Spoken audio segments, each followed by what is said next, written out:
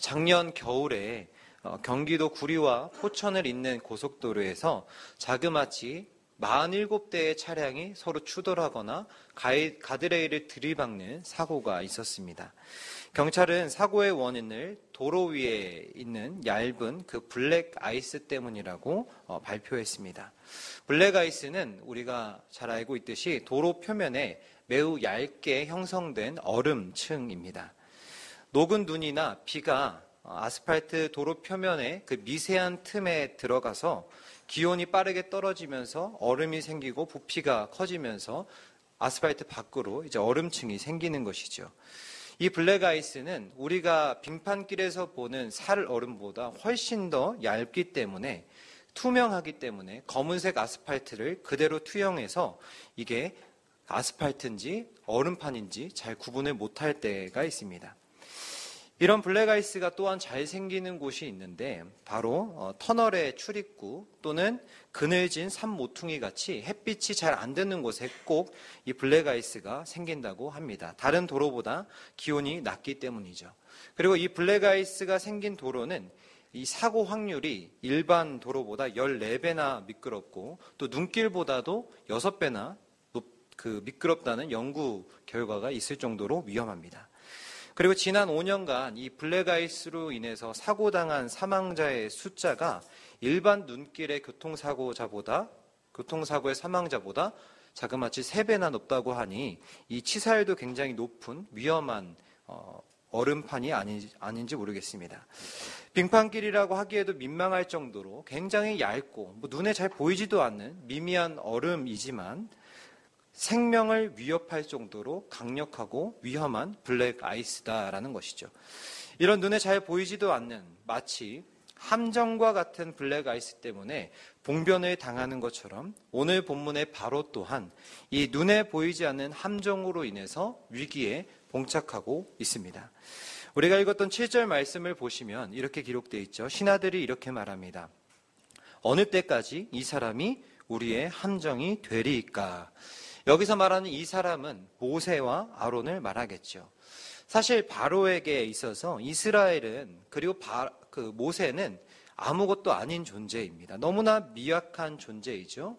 또한 이스라엘 백성도 마찬가지입니다. 바로는 이스라엘 백성의 그 사람들을 데리고 노동일을 시키고 자신의 업적을 이루는 데 필요하기는 했지만 그뿐이었습니다.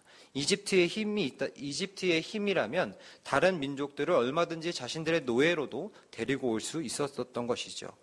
필요에 따라 그렇기 때문에 억압하기도 하고 압제하기도 하고 또 때로는 필요하다면 쓸어버릴 수 있는 존재가 이 모세와 아론 그리고 이스라엘 백성들 이렇게 미약한 존재들이었다는 겁니다.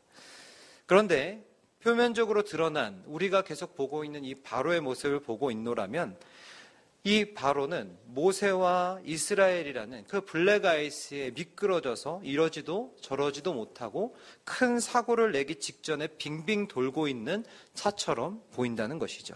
그렇게 위태로워 보입니다. 우리는 오늘 10가지 재앙 중에 8번째 재앙인 메뚜기 재앙을 살펴보고 있습니다. 이스라엘 백성의 출애굽을 여전히 거부하고 있는 이 바로는 7번째까지의 재앙에서도 하나님의 말씀에 순복하지 않다가 결국 8번째 재앙까지 오게 됩니다. 우리가 함께 읽었듯이 8번째 재앙은 무슨 재앙입니까? 메뚜기 재앙입니다. 예나 지금이나 메뚜기는 이 농가의 적입니다. 메뚜기가 논과 밭을 가리지 않고 힘들게 농부들이 기른 그 곡식을 다 갉아먹기 때문이죠. 저도 어렸을 적에 추수하시는 할아버지 뒤를 따라다니면서 콤바인이 지나간 뒤에 막 튀어오르는 그 메뚜기를 잡았던 기억이 있습니다. 얼마나 많은지 쌀포대에 담아도 부족할 정도였죠. 근데 그 메뚜기들을 잡지 않으면 그것들이 잘 익은 벼를 다 해치기 때문에 꼭 잡아야 했습니다. 또 여러분들도 우연히 다큐멘터리나 이런 곳에 지나가다 보신 적이 있다면 그곳에 메뚜기 떼가 아프리카 대륙이나 그곳에서 이동하는 장면을 보신 적이 있을 겁니다. 그 메뚜기 수가 얼마나 많은지 그 장면들을 보면 마치 메뚜기 떼가 해를 다 가리는 것처럼 보이는 그런 장면도 보신 적이 있을 것 같습니다. 그리고 오늘날에도 그 엄청난 메뚜기의 습격으로 인해 농작물의 피해가 보고되고 있습니다.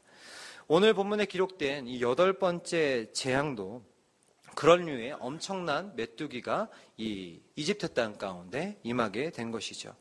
참고로 당대 이집트에는 이 메뚜기 떼로부터 자신들의 농작물을 지키는 우상도 있었습니다. 세네햄이라는 우상이었는데요. 이집트 사람들은 이 세네햄이라는 우상이 이 메뚜기들로부터 자신들의 농작물을 보호해 준다고 믿었습니다. 그러나 하나님의 일하심 앞에 우상이 무슨 힘을 쓸 수 있었겠습니까? 하나님께 불순종한 이 바로로 인해 이집트 땅에는 피할 수 없는 메뚜기 떼를 만나게 되는 것이죠. 그 메뚜기의 수가 얼마나 많았는지 5절의 말씀에서 우리가 읽었듯이 지면을 다 덮을 정도였다라고 말하고 있습니다. 그리고 여기서 지면이라고 번역된 히브리어가 아인이라는 히브리어인데요.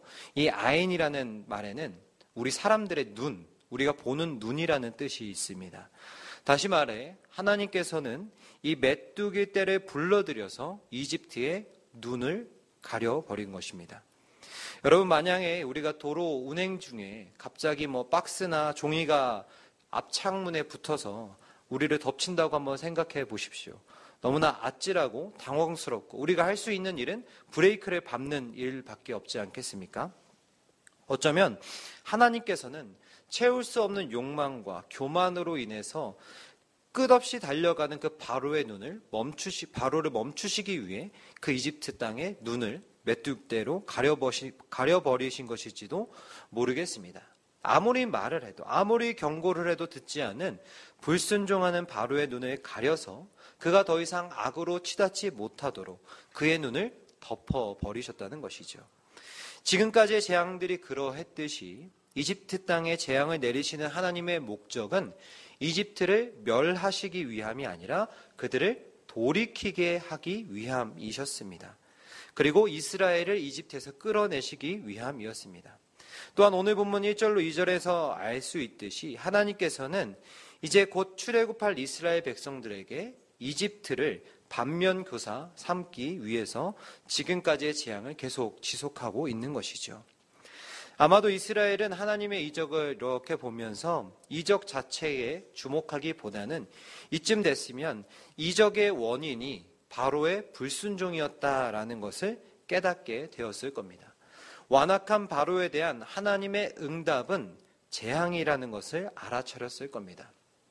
이처럼 하나님의 10가지 재앙의 목적은 이집트를 박살내고 멸망시키려는 것이 아니라 하나님께서 바로에게 여러 번의 기회를 주신 것이죠. 10가지 재앙을 주시지 않습니까?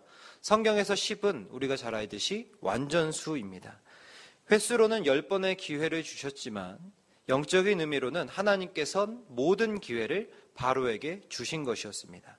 그러나 완악한 바로는 이 모든 기회를 거부했고 완전히 거부했고 결국 완전한 심판을 받게 되는 것이죠. 재앙은 무서운 것이죠. 재앙은 참혹한 것입니다. 재앙은 일어나서는 안 될 일입니다. 그러나 우리는 오늘 본문을 통해 하나님께서는 상황과 필요에 따라서 때때로 재앙을 사용하신다는 것을 보게 됩니다.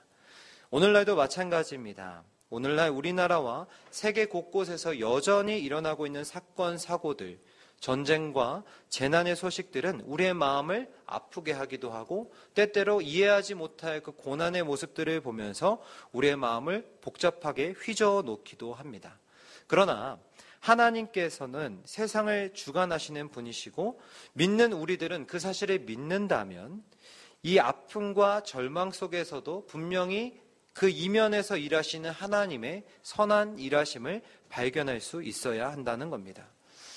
지난해만 해도 너무나 많은 어린아이들과 청년들이 어이없는 사건들로 목숨을 잃었습니다. 우리가 평안히 예배를 드리고 있는 지금 이 순간에도 지구 반대편에서는 총성이 멈추지 않고 죄 없는 아이들이 죽어가고 있습니다. 이 모든 재앙들은 수천 년 전 이집트 땅에만 내린 재앙이 아니라 지금 우리가 살아가고 있는 이 현실 가운데에서도 벌어지고 일어나고 있는 일들이라는 것이죠. 이것이 우리가 살아가고 있는 세계의 현실입니다. 여러분은 이런 세계를 살아가면서 여전히 우리의 삶 가까이에서 일어나고 있는 재앙과 재난들, 그리고 어려움들을 목도하시면서 무슨 생각을 하십니까? 하나님께서 우리에게 이런 재앙들을 보내시면서 우리를 뒤흔드시는 이유가 뭐라고 생각하십니까? 어쩌면 여전히 우리의 곁에서 일어나고 있는 재앙과 이 재난들은, 그것들이 끊이지 않는 이유들은 하나님께서, 하나님의 자녀들이 이 땅 가운데 살아가면서 자녀의 의무를 다하기를 위함이 아닐까 생각이 듭니다. 그렇다면 하나님의 자녀가 해야 되는 의무는 무엇입니까? 말씀을 시금석 삼아서 성과 속을 구분하고 거룩을 추구하는 것이겠죠. 여전히 죄와 사망의 차가운 그늘 아래 앉아서 고통당하는 이들을 향하여 복음을 비추는 일일 것입니다. 날로 어두워져 가는 이 세상 속에서 이 세상에 속하지 않고 매이지 않고 과감하게 하나님의 가치를 따라 좇는 것일 겁니다. 그렇게 우리의 일상과 내가 살아가는 지역과 이 나라와 세계 곳곳에서 삶의 여러 문제들로 고통당하고 신음하는 이들을 기억하고 기도하며 도움의 손길을 펼치기를 하나님께서 하나님의 자녀들에게 원하고 계신다는 것이죠. 혹시 우리 중에도 하나님께서 메뚜기 떼로 이집트의 눈을 가리신 것처럼 인생의 문제들로 내 시야가 가려져 답답하고 혼란스럽고 두려운 분들이 계십니까? 아무리 기다리고 기도해도 백방으로 방법을 알아봐도 그렇게 최선을 다해 달려봤지만 여전히 내 인생은 제자리 걸음 같고 그렇게 여겨지는 분들이 계십니까? 그렇다면 모든 걸음을 멈추시기를 바랍니다. 내 지식과 경험과 계획에 따라 내달리던 그 발걸음을 멈추십시오. 그리고 다시 겸손하게 우리를 향하신 하나님의 선하시고 기뻐하시고 온전하신 뜻이 무엇인지를 먼저 구하시게 되기를 바랍니다. 먼저 그의 나라와 그의 의를 구하십시오. 그렇게 우리의 삶의 걸음마다 하나님의 뜻을 구하고 또 발견하게 된다면 우리가 그 뜻대로 나아가기를 결단하고 순종할 수 있는 저와 여러분 되기를 주님의 이름으로 축복합니다. 이어지는 본문에서 메뚜기 떼는 이제 바로와 이집트 땅에 눈을 가릴 뿐만 아니라 그들이 열심히 길러온 모든 곡식들까지 다 쓸어버린다고 경고합니다. 들판에 있는 곡식뿐만 아니라 6절 말씀에 보시면 메뚜기가 바로의 집, 모든 애굽 사람들의 집까지 창궐해서 그 안에 모든 곡식들을 먹어 치울 것이라고 경고합니다. 이 모습은 실로 파멸이 아닐 수 없습니다. 재앙이 아닐 수 없죠. 그럼에도 불구하고 바로는 어떻습니까? 흔들리지 않는 완악함을 보여줍니다. 때때로 우리는 흔들림 없는 모습을 미덕으로 여기기도 합니다. 하지만 바로의 이 고집스러움은 전혀 미덕이 아니죠. 오히려 자신을 죽이는 고집인 것입니다. 고집스러운 자신의 확신에 가득 찬 바로는 점점 자신과 자신의 백성들까지 사지로 내몰고 있지 않습니까? 여러분, 등산을 하다 보면 높이 올라갈수록 바람이 많이 불죠. 그리고 그곳에 가보면 흔들리는 나무들을 보게 됩니다. 그런데 그 산 높은 곳에 가보면 흔들리지 않는 한 나무가 있습니다. 어떤 나무일까요? 바로 고사목입니다. 고사목이 무엇입니까? 죽은 나무죠. 죽은 나무는 잎도 없습니다. 가지도 다 떨어져서 처량하게 말라 죽어버렸습니다. 그 나무는 흔들릴 게 없습니다. 바로의 모습이 마치 이 고사목의 모습 같습니다. 하나님께서 앞선 7가지의 재앙을 통해 주의를 주시고 경고하시고 다시 한번 돌이키라고 말씀하셨지만 이미 바로는 이 죽은 나무처럼 흔들릴 것도 없게 된 것입니다. 그렇다면 왜 바로는 고사목처럼 죽은 나무처럼 된 것일까요? 그것은 바로 그의 교만 때문이죠. 잠언 18장 12절에 기록된 것처럼 교만은 멸망의 선봉입니다. 그는 자신의 교만으로 이미 죽어가고 있었습니다. 하나님께서 자기 백성을 내놓으라고 하시는데 원래 주인인 하나님께서 달라고 하시는데 바로는 자기의 것인 양 이스라엘 백성을 보내주지 않았습니다. 그렇다면 바로는 왜 아직까지도 이렇게 호되게 혼이 났음에도 이 이스라엘 백성을 놓지 못하고 있는 것입니까? 왜 바로는 온 백성이 비명을 지르고 절규함에도 이스라엘의 그 백성들을 보내주지 않는 것입니까? 그의 교만의 뿌리는 무엇일까요? 그것은 바로 이스라엘 백성이 하나님의 것이 아니라 자기의 것이라는 큰 착각 때문입니다. 어떤 목사님이 말씀하신 것처럼 교만이라는 것은요, 하나님의 것을 내 것이라고 여기는 생각입니다. 내가 가진 지식과 지혜가 내 것이라고 생각할 때 우리는 타인을 무시하게 되고 정죄하게 됩니다. 내가 가진 돈이나 내가 가진 재산이 내 것이라고 생각할 때 우리는 다른 사람들보다 우월감을 느낍니다. 내가 가진 힘이 내 것이라고 생각할 때 타인을 압제하고 이 세계 가운데 극악무도한 일을 자행하게 됩니다. 지식, 돈, 힘 모두 우리의 것이 아닙니다.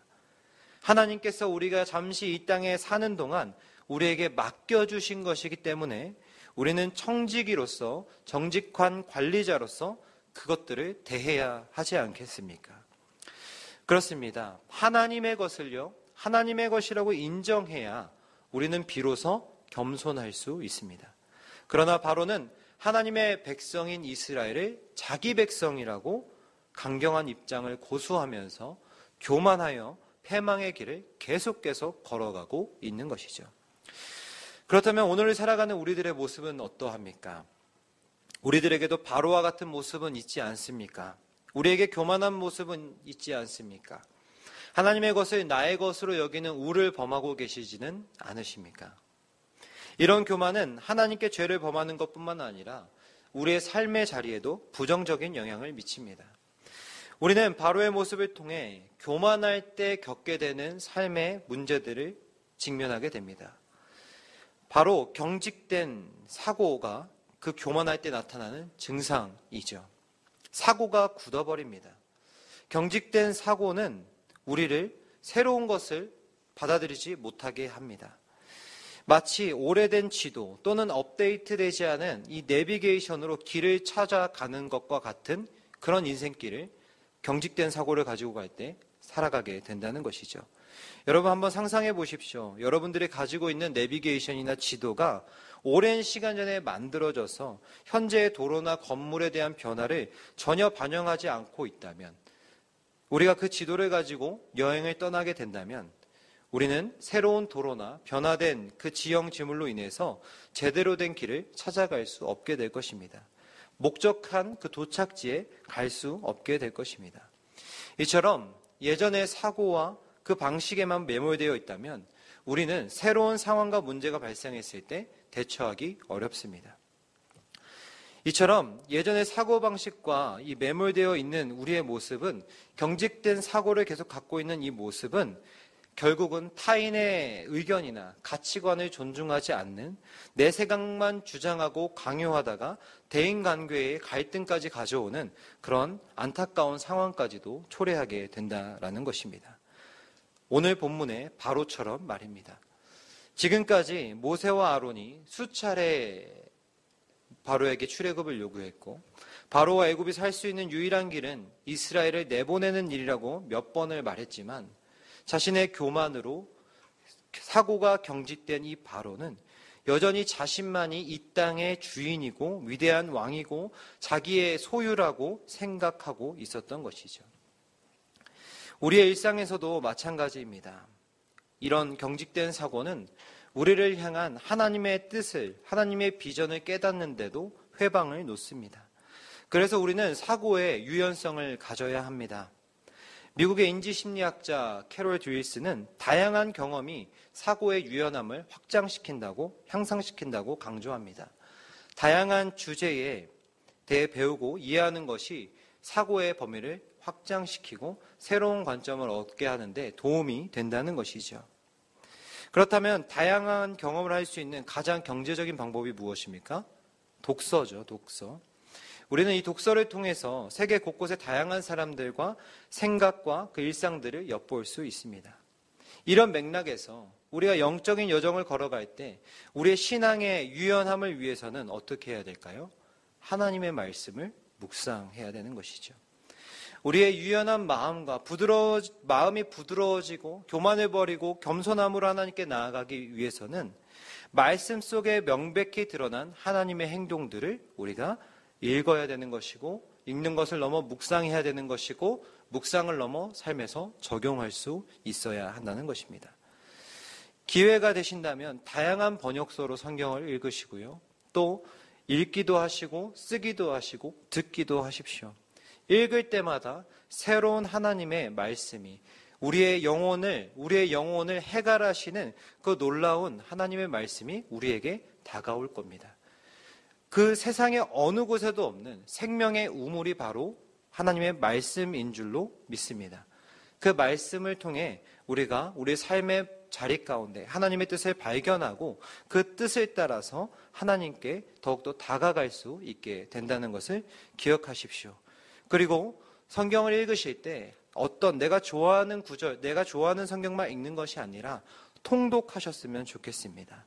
성경은요, 처음부터 끝까지 읽는 것이 중요합니다. 왜 그럴까요? 성경에 기록된, 성경을 관통하는 하나님의 메시지가 있기 때문입니다. 그래서 우리는 성경 한 권을 통독해야 하나님의 온전하신 뜻을 오해하지 않고 하나님의 지혜를 우리가 깨닫게 되는 것입니다. 그렇게 하나님께 지혜를 구하며 하나님의 말씀에 우리가 나아갈 때 하나님께서는 우리의 영적인 지경을 넓혀주시고 우리의 개인의 가정 그리고 우리 교회를 향한 하나님의 뜻을 밝히 알려주실 것을 믿습니다. 이어지는 본문 7절에서 경직된 사고를 가진 바로를 향한 신하들의 일침이 구해주고 있는데요. 우리 7절의 말씀을 함께 읽겠습니다. 바로의 신하들이 그에게 말하되 어느 때까지 이 사람이 우리의 함정이 되리이까? 섬기게 하소서. 왕은 아직도 애굽이 망한 줄을 알지 못하시나이까 하고. 아멘. 바로의 신하들은 모세와 아론 그리고 이스라엘이 자신을 망하게 하는 함정이라고 말하고 있습니다. 경직된 사고에서 나오는 말입니다. 바로의 신하들조차 그들의 사고가 경직되어 있는 것이죠.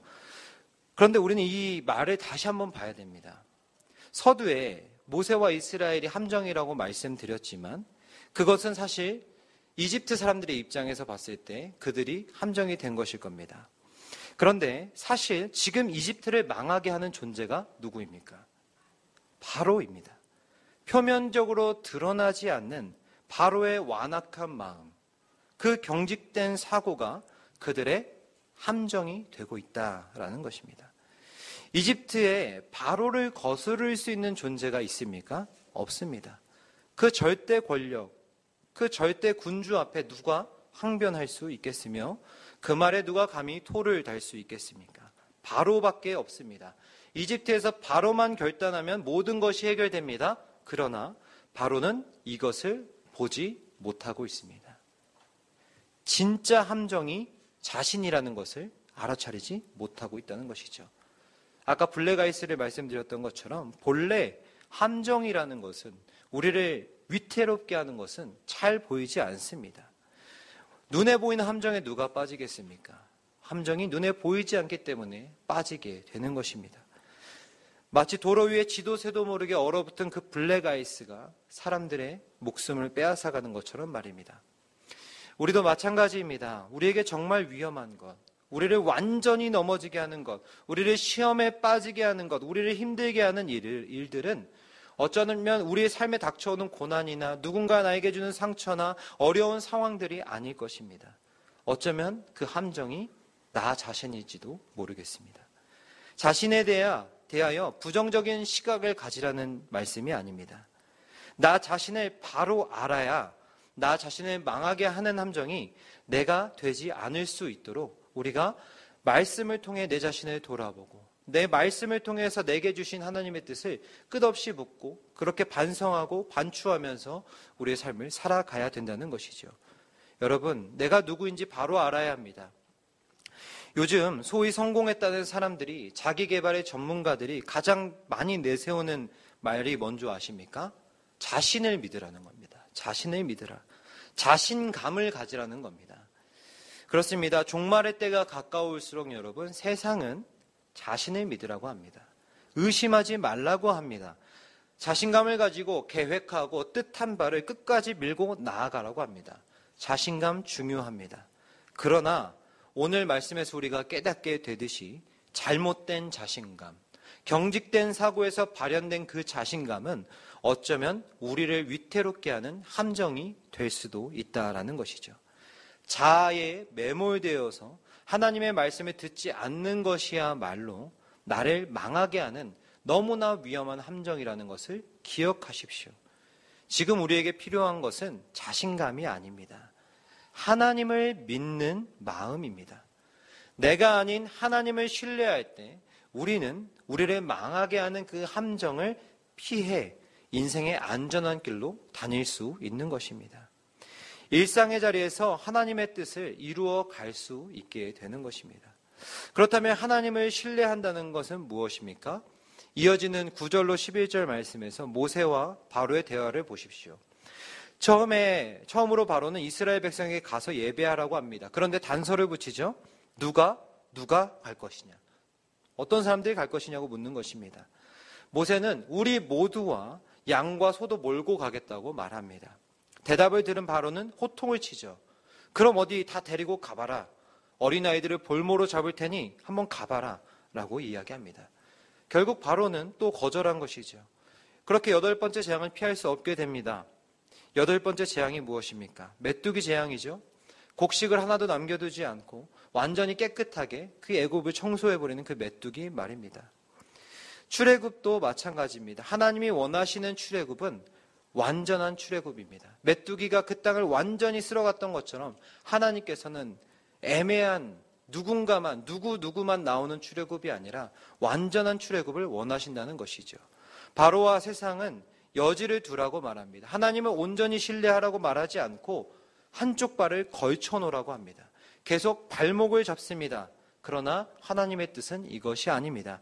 하나님을 신뢰하는 것은 한쪽 다리를 걸치는 것이 아닙니다. 하나님을 신뢰한다는 것은 여지를 남기지 않고 메뚜기가 그 온 땅을 쓸어버렸던 것처럼 깨끗하게 아무것도 남기지 않고 하나님께 구별된 삶을 살아가는 것입니다. 구별된 삶을 살아가기로 결단했다면 어떤 어려움과 어떤 시련에도 불구하고 주님의 뜻을 따라 걸어가는 것입니다. 여러분, 새로운 일에는요, 양보와 타협이 통하지 않습니다. 원래 옛 것은 물러가기 싫어합니다. 그래서 우리는 우리에게 새 일을 시작하신 그 하나님을 신뢰하며 우리의 삶에 하나님의 뜻을 이루기 위해 포기하지 않고 치열하게 영적인 싸움을 지속해야 하는 것입니다. 계속해서 우리는 출애굽해서 약속의 땅 가나안으로 나아가는 그 영적인 여정을 헤쳐 나아가야 하는 겁니다. 때 묻은 이집트에 때 묻은 세상의 사고방식을 벗어버리고 주님의 말씀을 주목하면서 십자가를 바라보면서 하나님의 뜻을 우리의 마음 가운데 아로새기면서 묵묵히 그 길을, 신앙의 여정을 달려 나아가야 하는 것입니다. 여러분, 오늘이 어제와 다를 바 없는 똑같은 일상이라고 말하지 마십시오. 하나님께서는 우리에게 새날을 주셨습니다. 오늘도 새날입니다. 어제 묵은 때와 잔재를 완전히 벗어버리고 하나님께서는 우리에게 다시 새날을 살아가라고 우리에게 오늘도 새로운 숨을 불어넣어 주신 것입니다. 지난날 우리가 블랙아이스와 같은 삶의 여러 가지 함정에 여러 번 미끄러졌고 여러 번 다쳤고 그래도 괜찮습니다. 하나님은 우리에게 오늘도 새로운 영혼을 주셨고 새날을 허락하셨고 우리가 걸어갈 수 있는 새날을 열어주셨습니다. 그러니 사랑하는 성도 여러분, 넘어지셨다면 다시 일어나서 새날을 걸어가십시오. 맞이하십시오. 나를 믿는 자신감 때문이 아니라 이스라엘을 애굽에서 신실하게 인도해내신 전능하신 하나님이 우리를 붙들고 계신다는 그 사실을 믿음으로 여러분의 새날을 살아가십시오. 십자가에서 죽으시고 부활하시고 승천하셔서 우리를 새로운 존재로, 죄된 존재에서 생명의 존재로, 의의 존재로 살아가게 하신 그 놀라운 하나님의 은혜는 저와 여러분을 오늘도 추격하고 있음을 기억하시고 그 믿음을 가지고 새날을 살아가시길 바랍니다. 이 진리를 믿음으로 나를 망하게 하는 함정은 피하고 나를 살리는 거룩한 삶의 여정을 살아가기로 결단하시고 그렇게 우리의 삶 가운데 허락하신 아름다운 하나님의 길로 나아가는 아름다운 여행자들 되시기를 주님의 이름으로 축복합니다. 함께 기도하겠습니다.